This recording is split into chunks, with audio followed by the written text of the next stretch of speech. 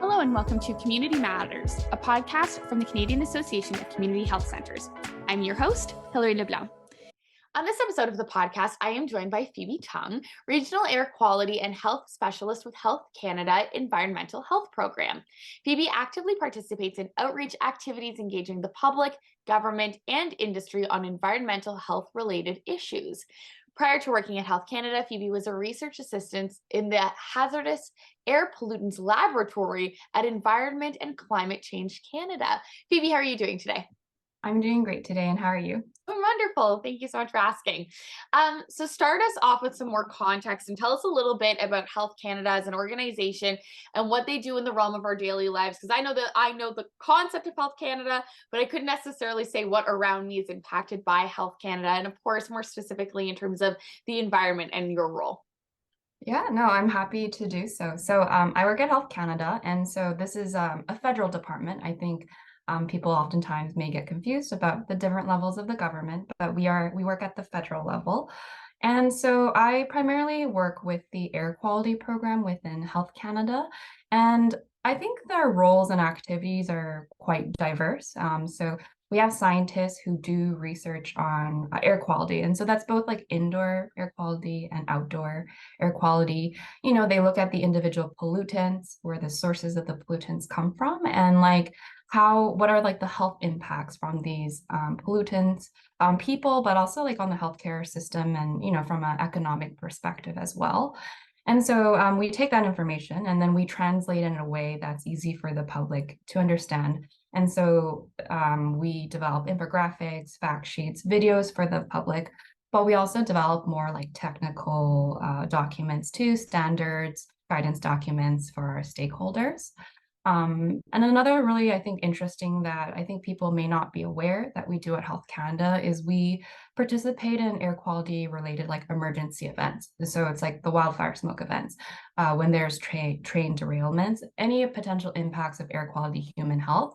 Health Canada works collaboratively with other levels of government in the response process. Yeah. That's such a thorough answer. Thank you so much. And you know, the reason we're having this podcast is, of course, because there has been such an influx in wildfires across our country. And of course, the education around that and around clean air has ramped up. If you could explain for any of our listeners who are unaware, just some of the basics around how harmful the smoke inhalation is and why, you know, awareness about what's going on for the environment today is so important. Yeah, no, I'm happy to do that. So, I mean, I think a lot of us this summer, a lot of us have been impacted by wildfire smoke. And if it's not this year, then we may have been impacted in previous years. And so wildfires in Canada, they are a pretty significant contributor to air pollution. And so typical wildfire season in Canada, it runs from like April to October. But you know, with like the warming climate change, right? It's going to create conditions that are more favorable for wildfires. So in the future, it may be more common, maybe like longer in duration and more intense. And so being impacted by wildfire smoke is, I think, something that we should all learn to prepare for in the event that it does happen. So with wildfire smoke, you don't necessarily have to live in a zone where there's an active wildfire to be impacted. You could live hundreds or thousands of kilometers away, and the wildfire smoke may still potentially reach you. And so wildfire smoke, in terms of like what it's composed of, it's like a complex mixture of like gases and particles. But the one that we're very concerned about from wildfire smoke is it's particulate matter, or it's also known as PM2.5. So it's these particles, they're very small, invisible to the eye.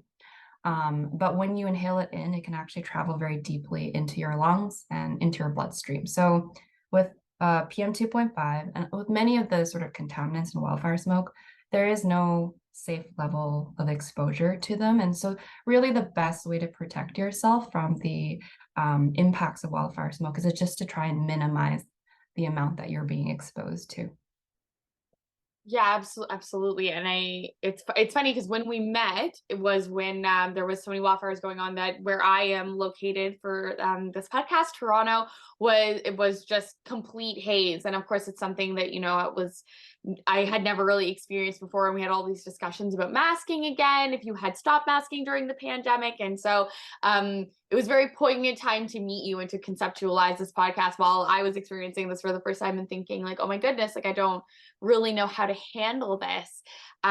So to ask more in depth, who is more at risk from wildfire smoke? So like I mean everyone to a certain extent. I mean you probably may have experienced it yourself when the air quality was really poor that you may have experienced some symptoms. So in terms of like the group of people that are more at risk, it's seniors, people with like pre-existing health conditions, infants and young children, people who are outside, who spend a lot of time outdoors. And that is just because their exposure levels are very high, or people sort of engaging in like strenuous activity outdoors. So if they're running, biking, that can also increase their exposure to wildfire smoke. And as you mentioned the particulates before, and as we're talking about this wildfire smoke, what are some of the major, like the health effects that can happen as you continue to be exposed? Yeah, so I mean, the symptoms like vary from people to people, but some of the more mild ones that some people may experience is like maybe like a mild cough, maybe your eyes, nose, and throat's kind of irritated. You may have a headache. I think with these more milder symptoms, usually you can sort of address this yourself at home without any sort of medical intervention.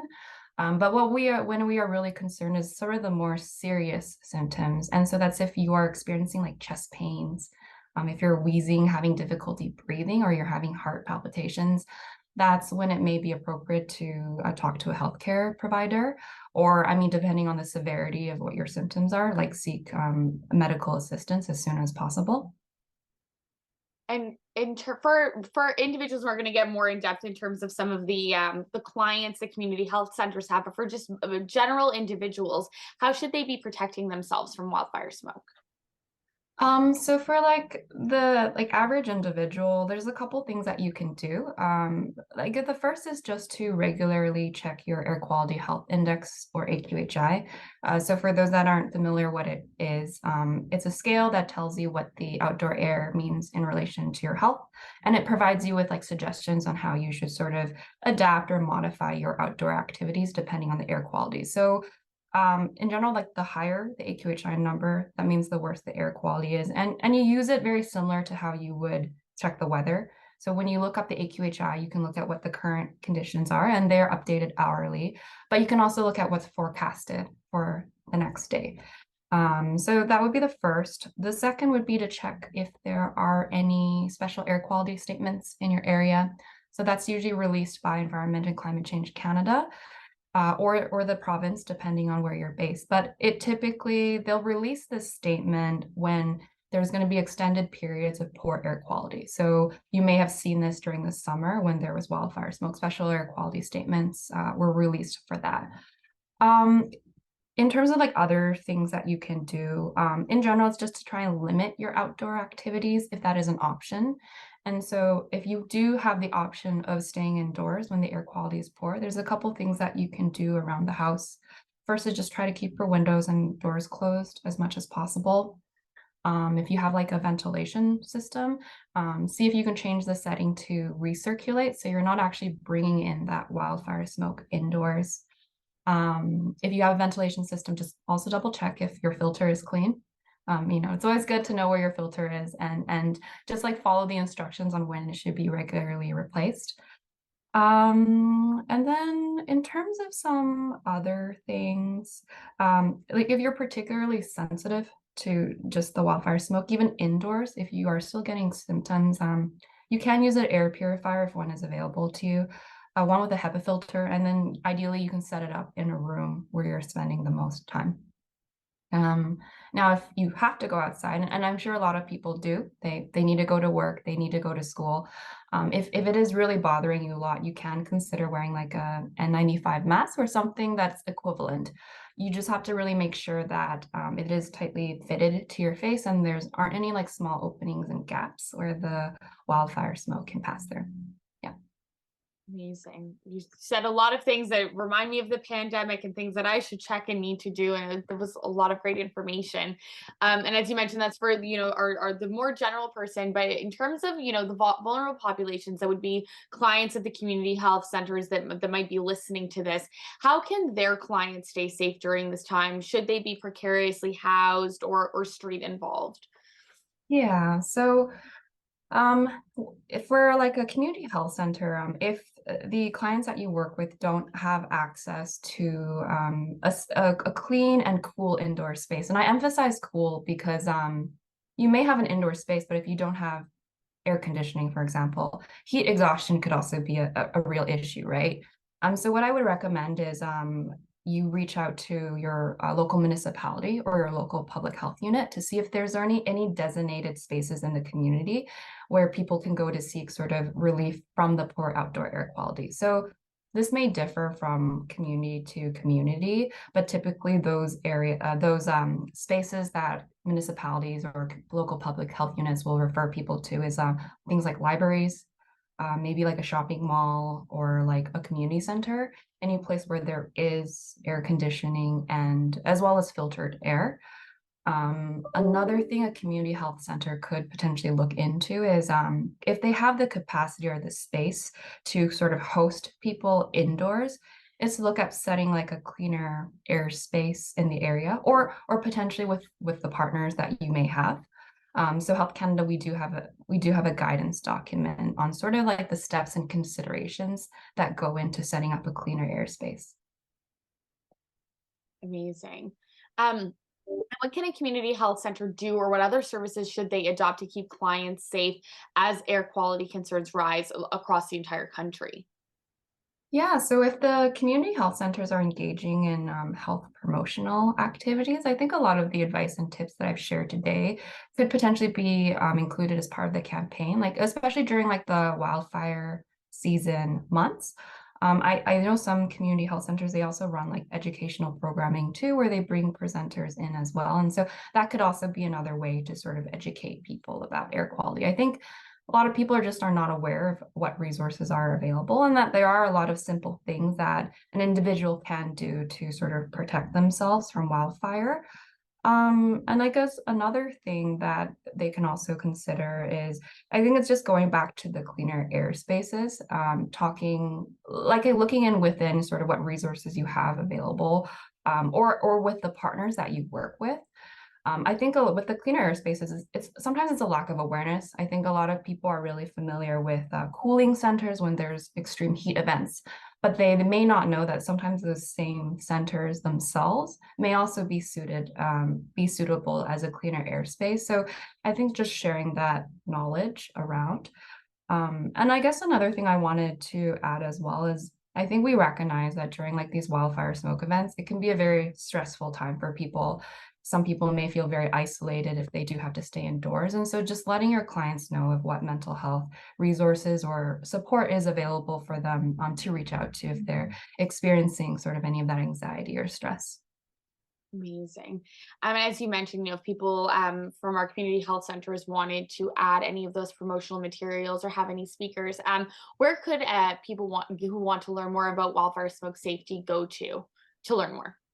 Yeah, so on our Health Canada website, you can actually find like fact sheets, infographics, videos, which I think you can either hand out or also post on your website. All that information is publicly available for people to use, and so it includes like a lot of topics, even outside of wildfire smoke. Talks about things like mold, which is a pretty common problem, how to select an air purifier.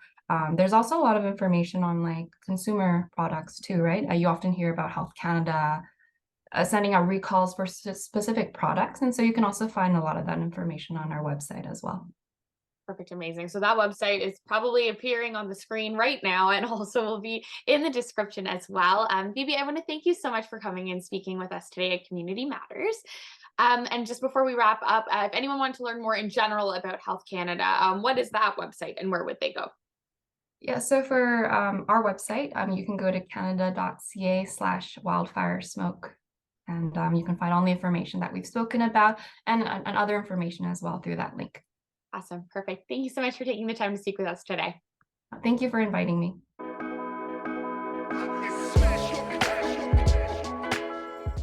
Thank you for listening to Community Matters, a podcast from the Canadian Association of Community Health Centres. To learn more about our association and the important work of community health centres across Canada, go to www.cachc.ca.